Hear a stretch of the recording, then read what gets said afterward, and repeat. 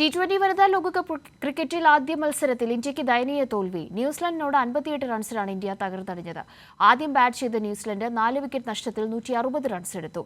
തുടർ ബാറ്റിംഗിനിറങ്ങിയ ഇന്ത്യ 102 റൺസിനെല്ലാവരും പുറത്തായി. ആദ്യ ഓവറുകളിൽ തന്നെ കിവീസ് ബാറ്റർമാർ അതിവേഗം റൺസെടുത്തു. 5-ാം ഓവറിൽ അരുന്ധതിയുടെ പന്ത് ഉയർത്തിയടിച്ച സുസി ബേറ്റ്സിനെ റിച്ച ഘോഷ് വിട്ടുകളഞ്ഞു. 7-ാം ഓവറിൽ അരുന്ധതി റെഡ്ഡി തന്നെ ബേറ്റ്സിനെ പുറത്താക്കി. മലയാളി താരം ആശാ ശോഭനയും വിക്കറ്റെടുത്തു. തുടർ ബാറ്റിംഗിനിറങ്ങിയ ഇന്ത്യക്ക് തുടക്കം തന്നെ നിരാശയായിരുന്നു. ഓപ്പണർ ഷഫാലി വർമ്മ 2 റൺസ് എടുത്ത് പുറത്തായി. തുടർന്ന് സ്റ്റാർ ബാറ്റർ സ്മൃതി മന്ദാന 12 റൺസുമായി പുറത്തായി. ക്യാപ്റ്റൻ ഹർമൻപ്രീതിനും അധിക നേരം നിൽക്കാനായില്ല. 15 റൺസുമായി ക്യാപ്റ്റൻ മടങ്ങി. 13 റൺസ് എടുത്ത ജെമിമ ഗോൾഡ് സ്മിത്തിനെയും കിവികൾ തിരിച്ചയച്ചു.